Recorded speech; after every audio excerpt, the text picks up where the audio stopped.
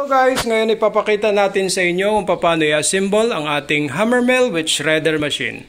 So lahat ng parts na makikita nyo dito ay manggagaling dun sa malaking karton na iyan. So ilabas nyo muna kung kayo mag-assemble, ilabas nyo muna ang mga lahat ng nasa kahon na yan, tapos gawin ito ng isa-isa, pa isa-isa.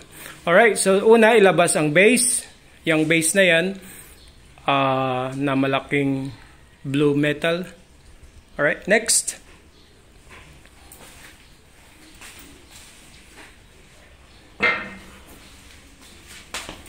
Okay, nakaset up na ang base ninyo.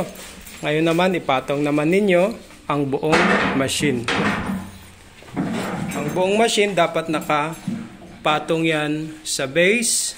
Make sure na ang mga butas nito para sa lock ay naka-aligned properly. Alright? So, kung makikita ninyo, yan mga bolts yan. Yan, lalagyan ng bolts, tapos ilalock nyo yan. Kaya pumabigat ito kasi ito po yung tingnan natin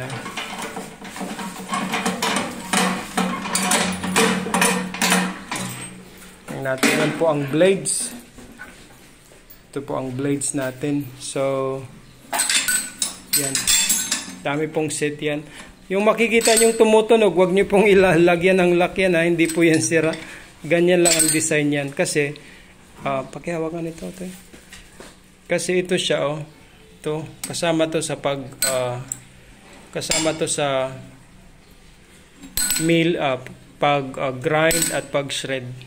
Yan ang set ng blades, kaya super heavy duty po yan. Okay? Okay? Yan. So make sure nakalock dito. Yan, higpitan lang ang lock.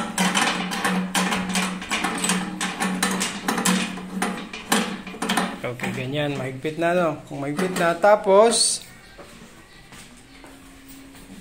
sunod naman ang ibang parts, idugtong-dugtong lang natin.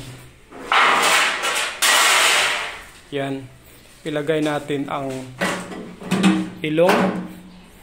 Yan, tapos make sure na lalagyan mo ng lock dito. Tapos ilagay mo ang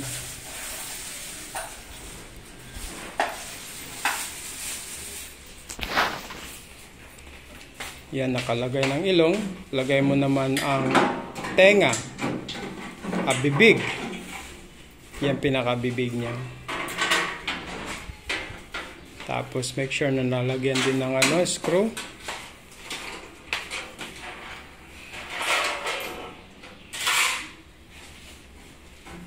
Tapos ilagay tenga pala to.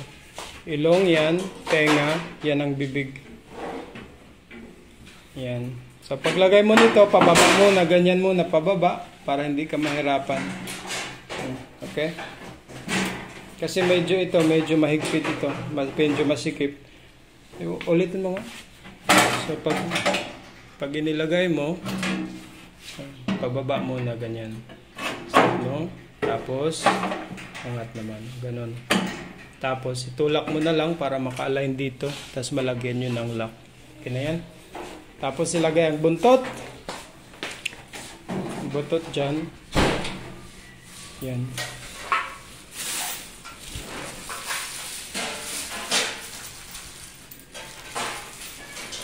Paglagay nyo ng buntot, hindi po ito kasama. Sama, ilagay nyo na lang yan. Ito po ang harang.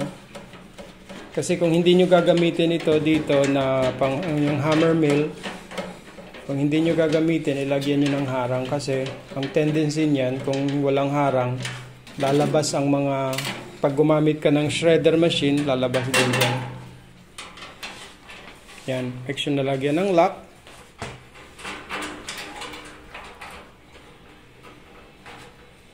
Okay na yan. Doon sa kabila. Nga pala mga kasaka, pag na-receive nyo ito, may kasamang set of bolts, locks, and all the kailangan natin. Yan. Okay na yan. Pagkatapos po ay ilagay natin ang cover para sa cover dito. Make sure na protection yan pa for safety reasons. Baliktad.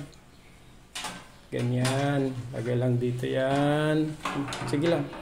Kunyari, ilagay. Tapos lagyan ng lock. Make sure. Tapos yung cover natin ng belt pulley natin.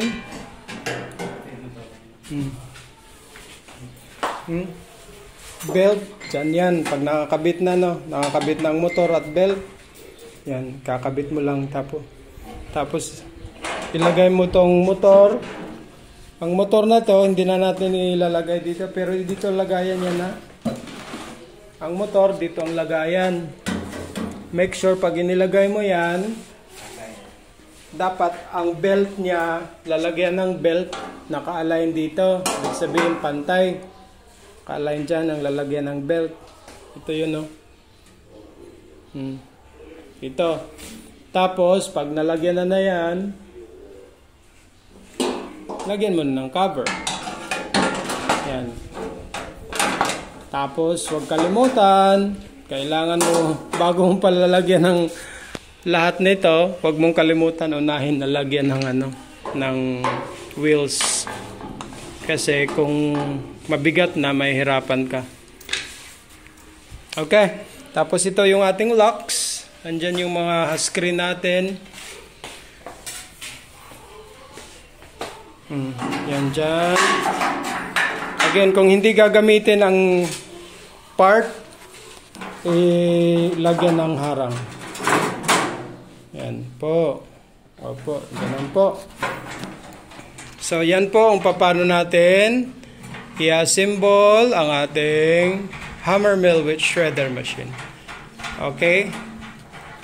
Para sa may mga katanungan, please comment down below at pwede nyo kaming makontak sa aming Facebook page na Aba Agribiz or sa aming Facebook accounts na Rogelio Abajes or Aba Agribiz 2, 4 at 3. So mag-iwan lang po ng mensahe.